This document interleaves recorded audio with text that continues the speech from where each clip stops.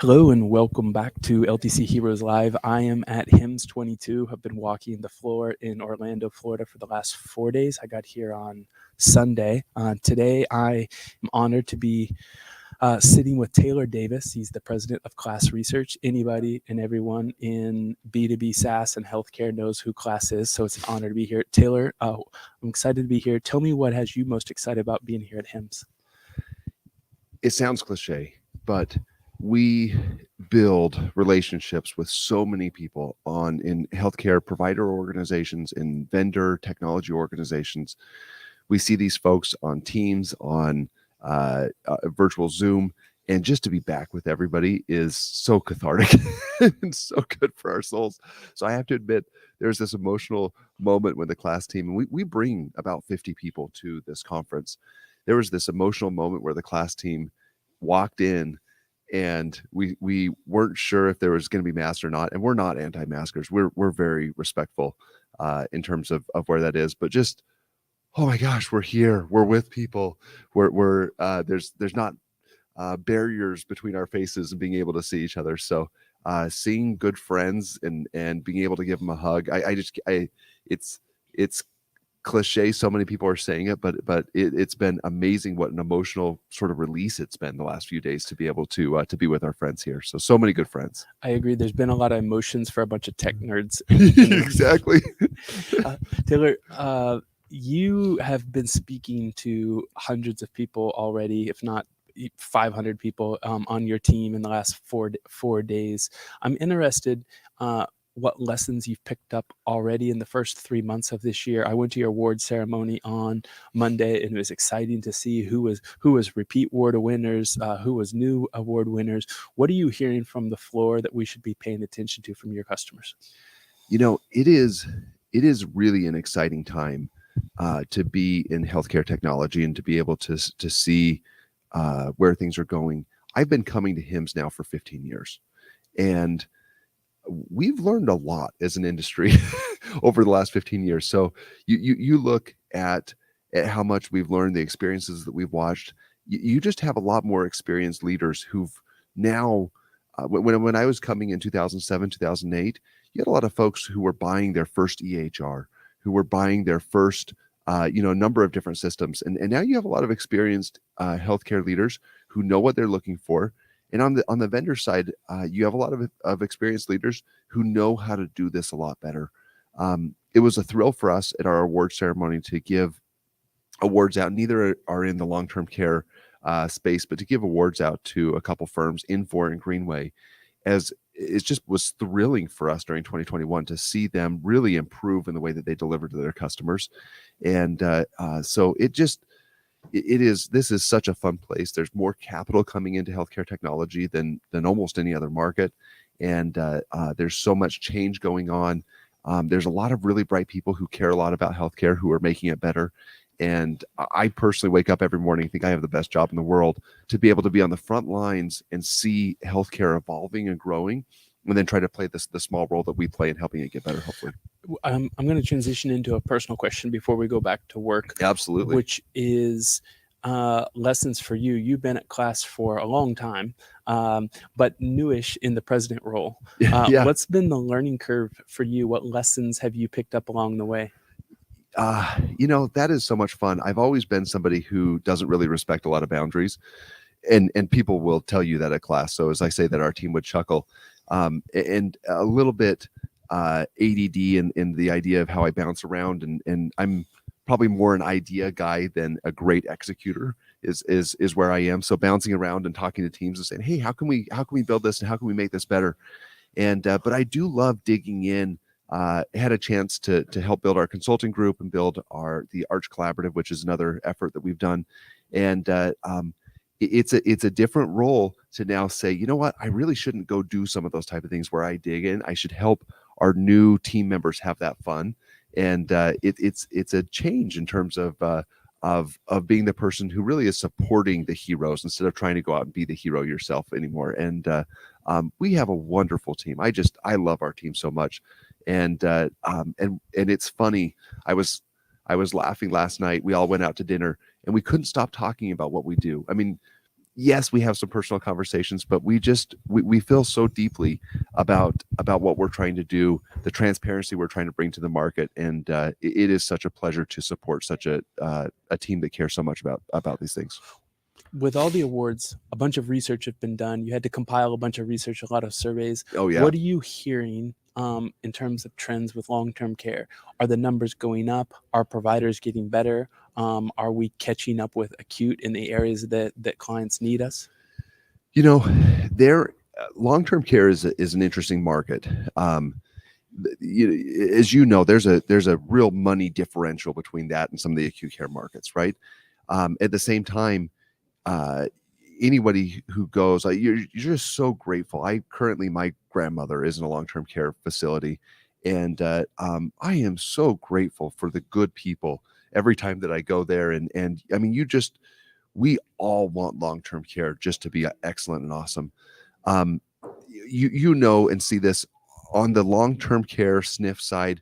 There's a lot of challenges out there. There's a lot of funding. There's a lot more regulatory pressures, and it feels like that burden just gets heavier every year.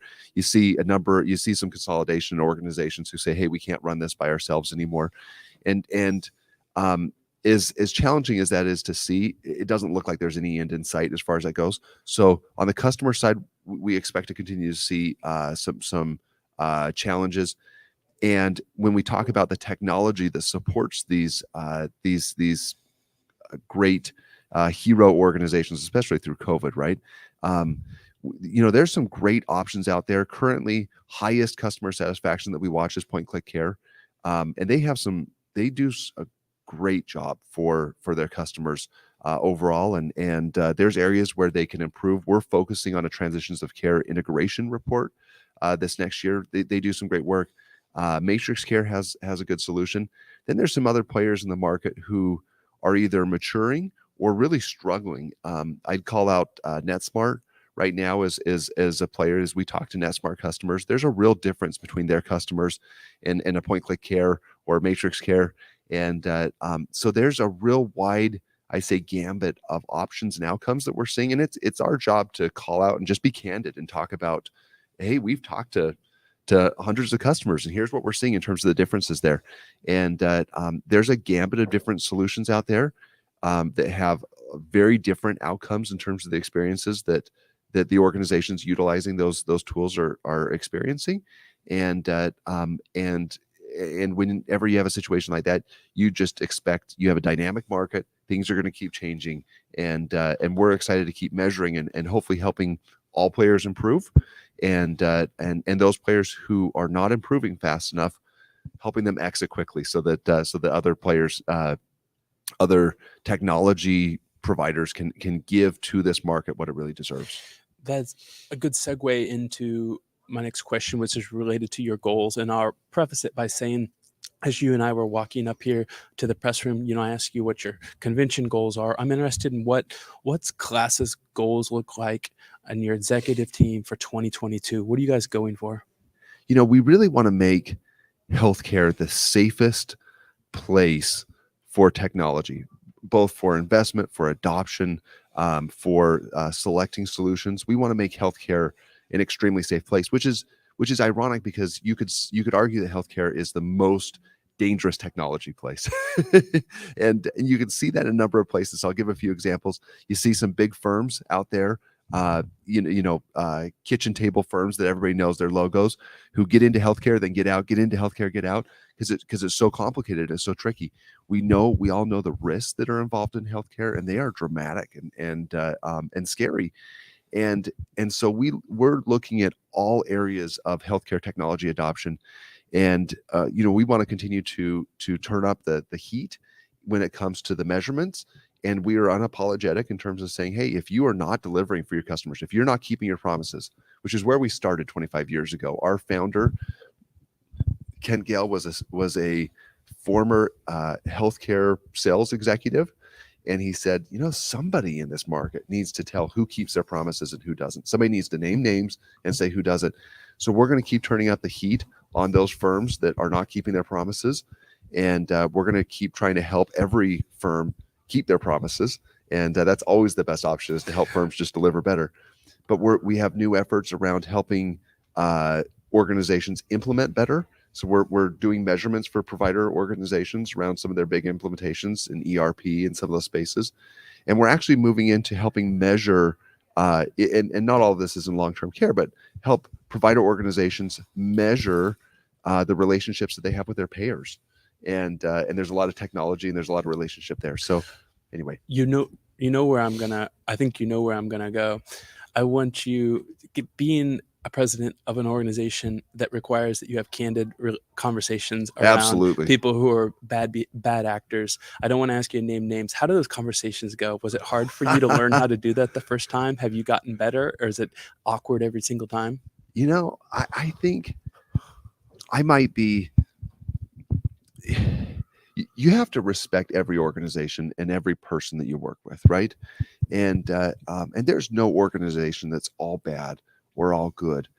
But at the same time, I've done over 5,000 interviews at the time that I've been at KLAS. So I started working in a broom closet and just coming right out with my undergraduate.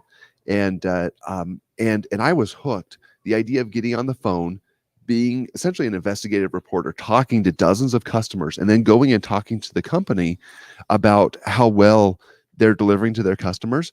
When you've taken the time and talked to the customers yourself, there's almost this weight. I mean, you are the messenger, and you cannot shirk when it comes to those type of conversations. Of course, you've got to respect the leaders and the people that you're working with, but you've got to say it straight. And we have customers who give us thousands of hours every year. And it is our responsibility to give it clear, to give it as respectfully as they would give it. I've learned so much from healthcare executives in this industry, and even just watching how they work with their vendors, I appreciate it. They work respectfully but clearly, and we really feel like that's our responsibility to do the same. So I look forward to those conversations. I look forward to working with low performing vendors and helping them get better. Those are some of my favorite conversations. And are they? I've been in conversations with tears. I've been in conversations with shouting, and not from our side. And so, yeah, have we had a lot of dynamic conversations? Absolutely. But at the end of the day, there's a feeling that we're doing what needs to be done by representing the voice of customers. And that's extremely satisfying, even when those conversations go very poorly and people talk about lawsuits and, and there's a lot of anger. But in a lot of cases, they're very inspiring because you have some good leaders who want to do better with their companies. And I'm inspired every time that we work with. We just had a firm yesterday who scores in the 60s, which is kind of a D- type of score. And their former president, now one of the board members, talked to us and said, you know what, you guys are exactly right. We've got some really big challenges where we can do better, and we need to listen to you and we need to do better. I don't know if I have that much character as that person does to say those things. So I get so inspired by these conversations. I love them. Taylor, the next place I'm going to take you is a little bit harder. I've let you tell me all of your great goals and all the things you're excited about. What's your biggest challenge? There is a number of challenges that we have. Let me talk about first. Connecting with leaders in the healthcare industry is tough. All of us know we get a lot of spam calls, we get a lot of email, and so we continue to see. It's funny. I've been doing this for 15 years. 15 years ago was a lot easier just to get folks on the phone, to be able to email somebody and have them email you back and work with you. They didn't maybe know who KLAS was, but it was pretty easy for us to do that. Today, it's a lot harder, and we have to make a really great experience every time that somebody is going to give us a half an hour and give us detailed feedback about their vendors. We have to make that a great experience so that they'll come back and work with us.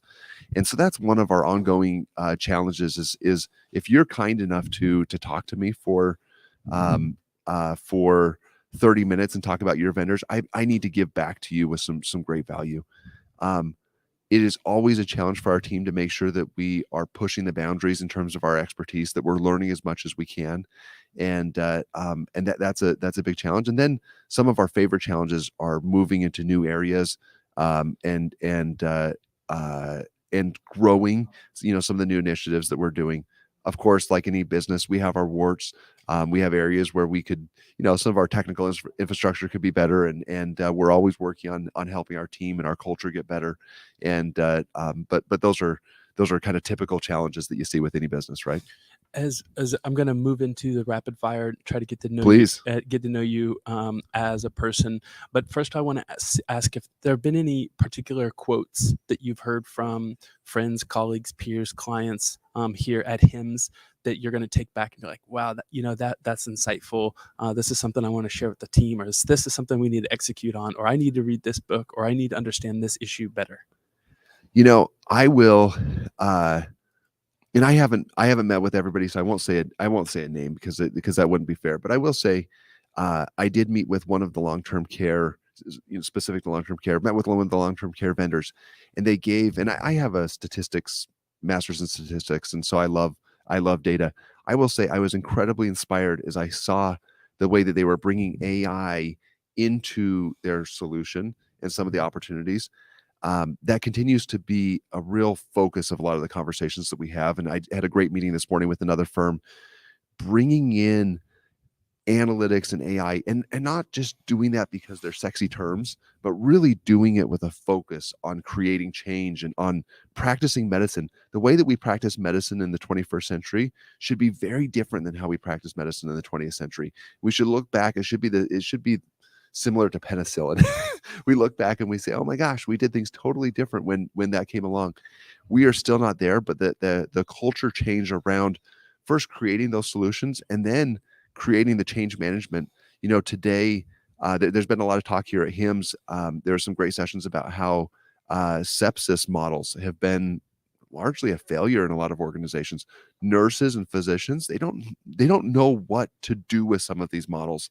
We've got a lot of work as an industry to bring the data forward, and then to create the change management, the education, the knowledge, and to help medicine evolve to be able to use this new wealth of information that we're bringing forward. So some of my favorite, I guess, conversations and quotes of what I've heard center around this, and something that we feel very passionate about. I'm gonna when we take the recording off, if that particular long-term care player does a great job in the next year, I want you to introduce me to him so we can have him on the podcast. Absolutely. I will say they're one of our highest rated vendors that we look at. So you ready for rapid fire questions? Please bring them on. All right, let's go. What non-existent job do you wish existed in our industry? Oh, I really wish that there was, I'm going to say, an empowered quality officer. Ooh. And I wish that there was somebody who was able to go in and transcend. Today, you have quality officers, but they're often, their hands are tied to be able to go create the type of change they need to within an organization. And we don't want to offend different physicians and talent and some of those type of things. I think if we could learn how to work together, sort of a team, and it has to be the right person who could create teamwork and redefine workflows, and not maybe respect the orthodoxy that we've always respected in healthcare, but really focus on that patient experience and create those changes. I like that. I want to say to the audience that I didn't show you that question beforehand, and you were ready quickly. Yeah, we've thought about this before. All right. What are one or two books that have greatly influenced your life, personal or professional? Oh, absolutely. So you asked personally, I'm a very religious person. So there's a number of religious texts, and I love knowing, being somebody who believes in God. I think it's incredibly empowering knowing where you sit, and just the humility of knowing where you sit. So that's obviously going to be one that will come up. But professionally, reading, I love books, so I always am reading books. So I'll give you a professional one and then a fun one. Two books that I'm just currently reading, one that I just finished. One is the Fred Reichheld book, Winning on Purpose, and highly recommended to people. Great book when it comes to listening to customers and their experience. And I found myself reading that book and almost kind of like yelling out loud in a quiet room, yes, you understand how to, yes, thank you for how you wrote that. So a great book that I highly recommend, and I think all business leaders should read that book. And almost done with it, so hopefully the end is as good as the beginning. And for fun, just read the Hail Mary Project by Andy Weir. A great fun read. So anyway, I read lots of books, but I have about 3 to 4 books that I'm in at any given time. Yes, exactly. So exactly. I mainly ask this question for my personal Oh, interest. good. All right. If you haven't read either of those two books, you got to read them. I'll get on it. In the last 5 years, what new belief, behavior, or habit has most improved your professional life? I'll give you a funny story. So coming into this job and the job before it. So I had a background in statistics, and offered to come in, and it had started up some of the new areas of our business, and offered to our leadership to come in and take a leadership role in our core business.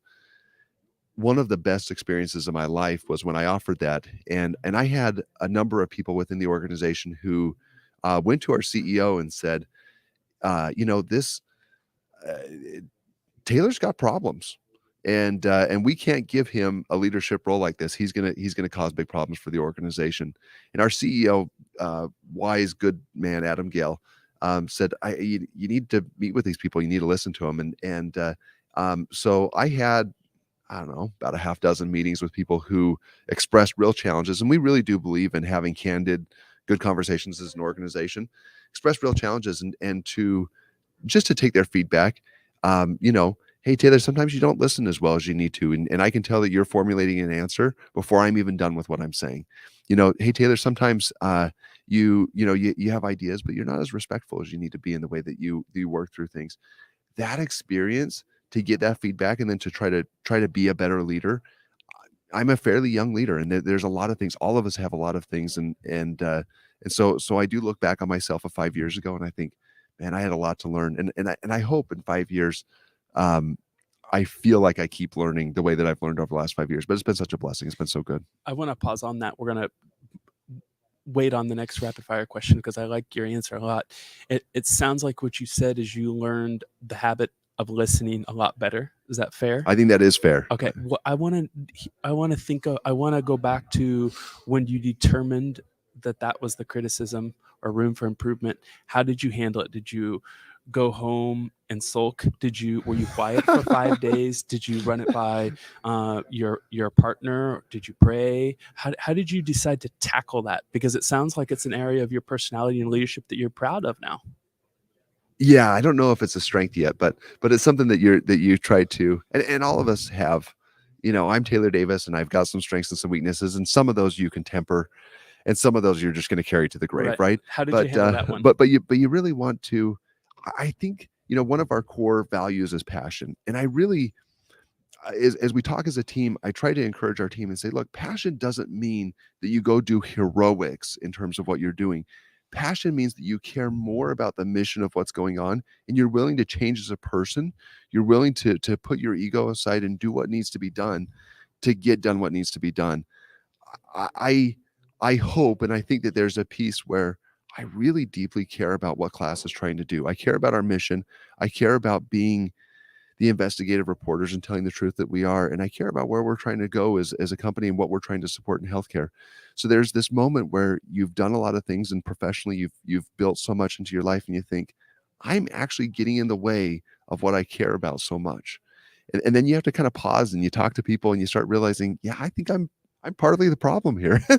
and then you start to ask yourself, you say, well, do I really care? And so as we talk about passion as a core value, when you care about something enough, I think it's one of the biggest questions. Do you care about something enough that you'll even change for it?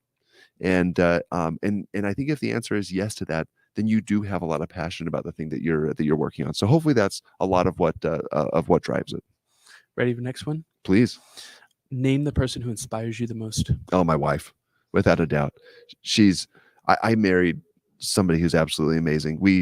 It's just been such a great journey. She thinks unlike anybody that I've ever known before. And she constantly is surprising me with the way that she approaches things in life. And anyway, without a doubt. Is she going to be surprised when she hears this answer on a podcast? She'll disregard it. But next question: what's something that you will not be doing in 10 years from now? Oh man, I don't know about that. I'm overly optimistic in life, so I tend to think that I'll be doing everything that I'm doing. But so I don't have a good answer in terms of something that I won't be doing. That's okay. You can pass. Yeah, I'm gonna have to pass on that one. If you had to pick one cause to dedicate the rest of your life to, what would it be? There's one cause that I care more about than healthcare. I have two kids who have special needs, and creating a better world and really helping the whole world understand the value of special needs and creating safety for them is something that I probably care about more than just anything else in this world. And the last one: your house containing everything you own catches fire. After saving your loved ones, your pets, your kids. You have time to safely make a final dash to save just one item. What would it be and why? So my family knows exactly what this would be. I grew up in Idaho. I'm an Eagle Scout. I love to camp. I love the outdoors. And we have a little trailer that we use to go up in the mountains. And so if the house was burning, I'd be moving the trailer away from the house so it didn't catch fire also, because it's got all of our camping stuff inside of it. So I love, and it's so healing for me to get off the grid, to be in quiet places, and to be out in the outdoors, and live in Utah. And so that's a big piece of who I am, and something that I absolutely love. So I'd go save the trailer. It's not in the house, but I still just I don't even want the paint to bubble, right? I hear you. Yeah. Taylor, thank you so much for joining LTC Heroes live at HIMSS. It was a pleasure to meet you. Hope to see you in 2023 on the floor as well. Absolutely. Thank you so much.